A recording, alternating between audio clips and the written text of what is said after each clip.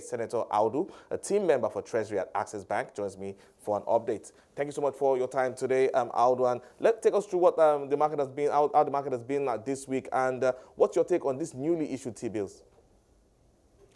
Thank you, David. Thanks for having me.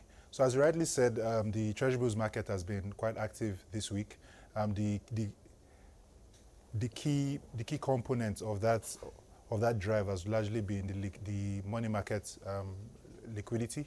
We've seen that opening the week, the market liquidity figures printed at 280 billion and opened yesterday at 680 billion. So the interplay of these activities have led to a largely liquid market, which we've seen filter into the Treasury Bills market. This was pronounced or highlighted primarily at the NTB auction that was conducted by the Debt Management Office on Wednesday. That auction, the DMO offered 217 billion, and we saw the subscription cross 1 trillion across the 3 maturities on offer.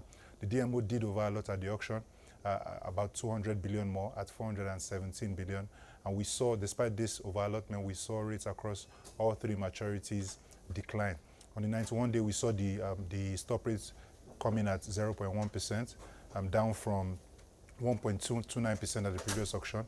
We saw the 91-day, the 182-day rather, coming at 0.3%, down from 1.8%, at 1.8% rather, and the 364-day coming at 2.24%, down from 4.78%. Yeah, but Senator, I'd like to know what your expectations are for the retail SMIS results and also the bond auction next week. Okay, so for the retail results we expect to come out today, we expect that the CBN will cover as much of the demand from last week's SMIS auction today. We expect those results today. With regards to the bond auction next week, we expect the same 4 bonds to be on offer, the 2028s, the 2032s, the 37s, and the 49s. With regards to the stop rates at that auction, we expect a marginal increase across the bonds on offer. Maybe we won't see that rise pronounced on the short end, which is largely affected by liquidity concerns, which are on the rise now, largely attributable to the CBN's initiative with regards to the currency redesign. Yeah, but on the secondary market, what trends are you seeing play out? Okay, on the bond market, for the bond market, on the short end, we've seen that the bonds have largely traded below where they closed at the auction. So the 2028s at the auction closed at 14%. We've seen it trade 10 basis points lower at 13.9.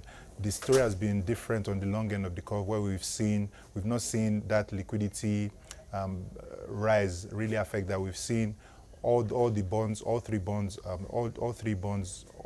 the run bonds trade about 10 basis points higher. For example, the 2049s are trading at 16%. They closed at the auction at 15.9%.